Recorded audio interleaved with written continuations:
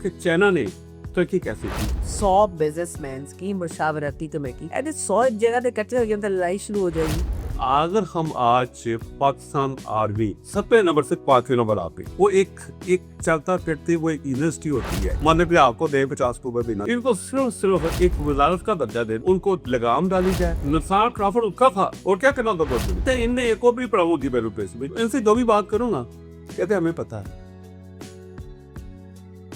बिस्मिल्लाहिर्रहमानिर्रहीम, मैं हूं नायरा नदीम और नाज़रीन एक सिलसिला हमारा जारी है कॉलम के हवाले से। कॉलम में बहुत अरसे से बहुत से लोगों के पढ़ती हूँ, जिसको मैंने स्टार्ट किया था जब कॉलम पढ़ना तो वो मुंदुम भाई के कॉलम पढ़ने शुरू किए थे और उसके बाद उनको फिर इशफाक अहमद के कॉलम पढ़ने शुरू किए जिन्हें तरकीब शाह कहा भी कहने लग पड़े लोग।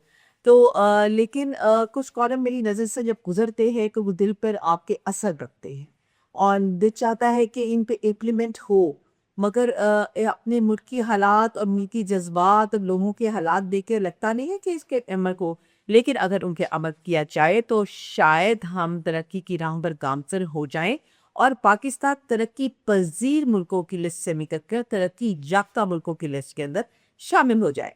तो इसलिए कॉलम मैंने पढ़ा जहाँ पर लिखा गया था कि 100 बिजनेसमैनों की कोई मशावरती कमेटी बनाई जाए। तो मेरे ज़हन में आया कि फिर ये कमेटी तो सिर्फ चैम्बर ऑफ कॉमर्स से होगी, ऑल पाकिस्तान के जितने भी चैम्बर ऑफ कॉमर्स हैं उधर से ही वो कमेटियाँ, तो शायद ये चैम्बर्स के अंदर ऐसी कमेटियाँ बनी नहीं हो। तो इसी सिलसिले की कड़ी के जिन्होंने वो कॉलम लिखा वो खुद भी चैम्बर की सियासत को बहुत अच्छे तरीके से समझते हैं। चैम्बर के हवाले से वो उतना जानते हैं शायद उतना कोई दिन नहीं जानता।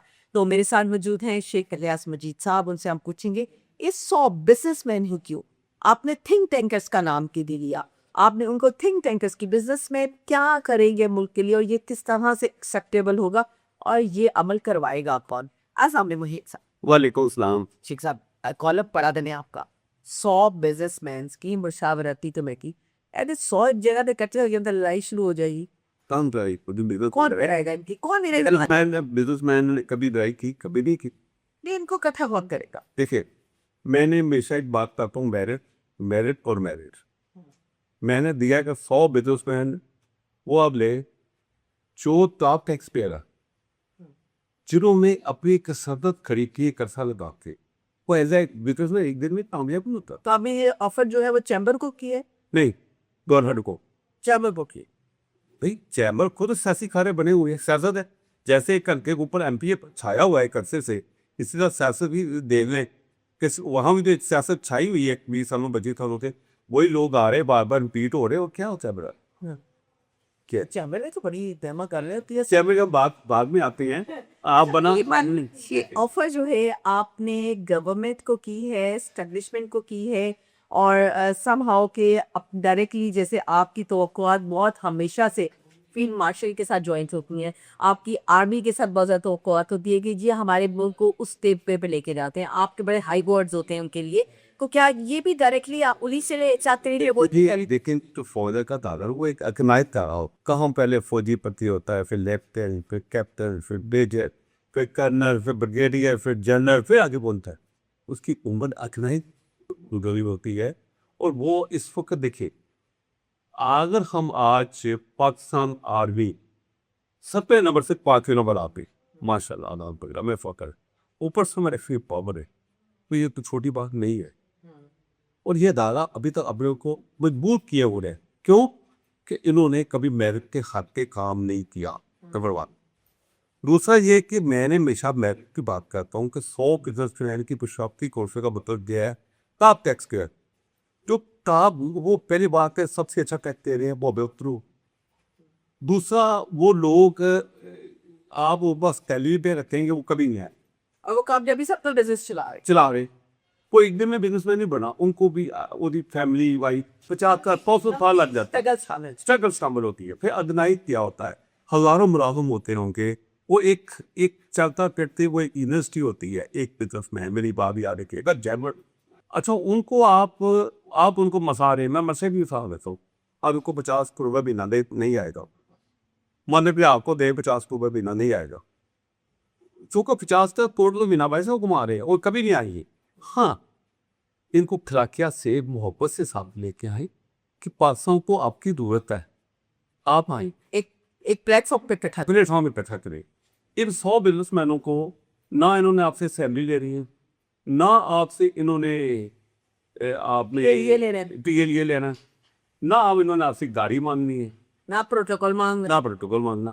इनको सिर्फ एक वजारत का दर्जा दे दें, वो भी आज़ादी वजारत, वो भी आज़ादी वजारत और कुछ नहीं। इनको अगर देखिए पूरे पाकिस्तान में फैले हुए ताबे उसमें खाली लाहौर के नहीं है, कोई हैदराबाद का होगा, कोई कामोकी का होगा, शारकोट का होगा, कोई पिंडी का, कोई पेशावर का, कोई नौशहरा का, कोई सौबी का। इन लोगों को वज़ारत का दर्जा दें, उनके अपने इलाकों में उनको वहाँ सेक्रेटरी बने होंगे अभी जगह, सेक्रेटरी बना हुआ है डीसी का, सेक्रेटरी बने हुए हैं कमीशनर के, कोई खर्चा करने की जरूरत नहीं, आप उनको वहाँ ना बैठा के दे रहे, वो बिजनेस मैनों की निगरानी करें और डीसी को मिल के जिले का मालूम है डीपी खुश रहा है DCO उस तरह मिल के उसके मिसाइल ये जो माफिया एक लगा हुआ बेथमिया पर निचोड़ने, उनको लगाम डाली जाए। लगाम लगाने के बाद देखिएगा मुल्क कैसे फैलता है। वो अपने तैबे की बयान के ऊपर उनके बिजनेसमैनों को कहते हैं ना बैसों की बात बैसे समझ को, बिजनेसमैन की बात बिजनेस हाँ उसको पता होगा कि इसकी क्या प्रॉब्लम्स हैं और ये मैं शर्तें क्या कहूँ आज भी तो कल इस पे अमल दूर होगा, क्योंकि मैंने आज तक जितनी प्रपोजल दिए मेरे पे अमल SIFC को प्राधिकरण किससे लिखे, मैंने लिखे, और जिसकी वजह से मेरी आर्टिकल लिखने की वजह से ही बेट मुलाकात उस वक्त आर्मी चीफ साहब थे 23 नवंबर को एक मुलाकात हुई कि SIFC का आइडिया मैंने किया था, मेरे आर्टिकल लिखे हुए मैं नहीं कहता कि लेकिन मैं ये समझता हूँ मैं जो व्हाट्सएप में प्रॉब्लम लगती है उसको जैसे पकड़ता हूँ, चाहता हूँ उसको जैसे नहीं पकड़ेंगे आप आगे नहीं करेंगे। वो क्या बड़ी पुरानी दावत है, आप कुएं से पानी निकालते हुए साफ नहीं हो रहा जब आपसे कुत्ता नहीं निकालेंगे। ये देखिए मैं चाइना यहाँ एक छोटी सी मिसाल दूंगा कि चाइना ने तरक्की कैसे की, चलो उस मॉडल को देखे। चाइना वो जिसे 1970 में हमारे सदर ने उसके सदर को प्यारा गिफ्ट में दिया हो और सारी कौम साइकिल के ऊपर हो, वहाँ कोई गाड़ी गुजरती सब लोग क्लैपिंग करते थे, सारे लोग सड़कों में खड़े होकर क्लैपिंग करते थे चाइनी, कोई गाड़ी गुजर देती। आज वो वार्षिक के पकवा बन चुका है। कैसे बना, मैंने उसको स्टडी किया। वो इस तरह की जब 70, 80, 90 की दहाई थी ना, तो उसके सदर ने उसकी कौम कितनी गरीब की और गुर्बत कितनी लकीर की, उसने एक की जगह सोचा कि मैं विद्युत में उस साथ लेके चलूँ। सुबह नाश्ते से लेके शाम डिनर तक उसने डेलीगेशन आते थे उनके सूबों से, उनके शहर। कितनी बड़ी बात ही देखें, आज 1 करोड़ अरब 40 करोड़ के बाकी, 1 अरब 40 करोड़ 50 करोड़ के बाकी मुझे सही पता। तो उसने उसके ऊपर बुलाया नाश्ते दे के डिनर तक, दरबार के खिलाफ बैठे थे, सदर साहब बैठे, लीडरशिप बैठे, पीछे ना सकती है बैठा हो रहा प्रपोजल, उसी वक्त डिस्कशन, चूंकि बिजनेस में प्रपोजल दे रहा था। नुकसान क्राफर्ड उसका था, गवर्नमेंट ने सहूलतें देनी थी और क्या करना था गवर्नमेंट ने, आपसे पैसे मांगने था। उसी वक्त फैसला, उसी वक्त लेटर बाई डाक नहीं जाता था। अब खोले स्टीव पीछे सेक्रेटरीट बैठा है, उसको उसी वक्त टैपिंग हो गया, सह हो गया, जाओ जाके काम शुरू तो ऐसे काम होते हैं ऐसे। और हमारे यहाँ मैं चैम्बर का बोर्ड ऑफ डायरेक्टर रह सकूँ, हमारी प्राइम मिनिस्टर से प्रेसिडेंट से मीटिंग आम होती, हम स्वाय फोटो सेक्शन को कुछ नहीं होता, सिर्फ वादे के लिए मीटिंग होती है, सिर्फ फोटो सेक्शन। और फोटो सेक्शन पे ऊपर भी चैम्बर की जो हमारे अहदेदार होते हैं आगे पीछे खड़े हो निकलेंगे ना, न्याय करे। मैं नहीं बोलता, बस छोड़ दे आप, हाँ बहुत बोल दिया क्योंकि अभी तो चैम्बर गया है ना हमारे साथ। अच्छा तो यहाँ ये चीज़ें चैम्बर हमारे जो है सियासत की नजर हो चुके हैं। अच्छा हम उस देखिए अब आते हैं उनके बेनिफिट क्या होगा। आपकी तमाम जो 100 बिजनेसमैनों को इज्जत मिले, वजारत मिलेगी, बगैर सैलरी के PA कुछ नहीं मिलेगा, हुकूमत का कोई वो फिर अपना टैब देंगे। हाँ वो जाके वहाँ बैठेंगे उसी ऑफिस में जहाँ DC बैठता है, वहाँ बैठेंगे, बैठ के उसके साथ मुशावरत करके उन लोगों को ऑर्गेनाइज करेंगे, उनको मैसेज देकर आप ये लेके आए, उनको पूरी दुनिया का नॉलेज होता है। फिर देखिएगा मुल्क सुपर पावर माशी तौर पर, फिर देखिएगा मैं 2 बार कह रहा हूँ। इसके अलावा आपके पास कोई चारा नहीं है। हम इस वक्त हमारे पास एक ही जरूरत है, माशी तौर पर स्ट्रॉन्ग होने के लिए। अच्छा, एक और बड़ी अहम बात करता हूँ, हमारी पॉलिसी कौन बनाते हैं? बैकग्रेड। कभी उन्होंने बिजनेस किया? जैसे एक अंडर मैट्रिक का हमारा क्लास, इसके अंडर जनरल काम कर रहे हैं, बहुत की होती है विजन अच्छा, इनने एक और भी प्रॉब्लम होती है ब्यूरोक्रेसी में, जो मैं मिलता हूँ, मेरी बात बुरा करते, तो इनसे जो भी बात करूँ ना, कहते हमें पता है, हमें पता है। वो भी पता तो करते तो नहीं, हमारी सूरत तो नहीं करते, लेकिन मसला क्या है, पलटों को लेना है इन्होंने अफसरों में, तनख्वाहें ले रही है, ये लेना है, गाड़ियां लेनी है, एंजॉय करना है। वो एंजॉय करने आते हैं। ऐसे बंदों को मैं अभी फिर अपील करूंगा कि ऐसे बंदों को जो एंजॉय करे, काम भी करे, उनको बराए मेहरबानी उनको फारग कर दे। या मैं शबर लैनी साहब का फिक्र बयान करूंगा। शबर लैनी साहब का, उन्हें आपको पता, वो अभी आके चेयरमैन रहे हैं, पर अच्छा बोलते हैं, कहते हैं कि 90% अभी आपके अफसरों को फर्क करते। मैं तनाव फिर भी दूंगा, तनाव फिर भी दूंगा। हमारा एफबीआर का महकमा बहुत अच्छे चला जाएगा। यही हाल है इस वक्त मुल्क का, यही हाल है अफसरशाही का, यही चीजें चल रही हैं।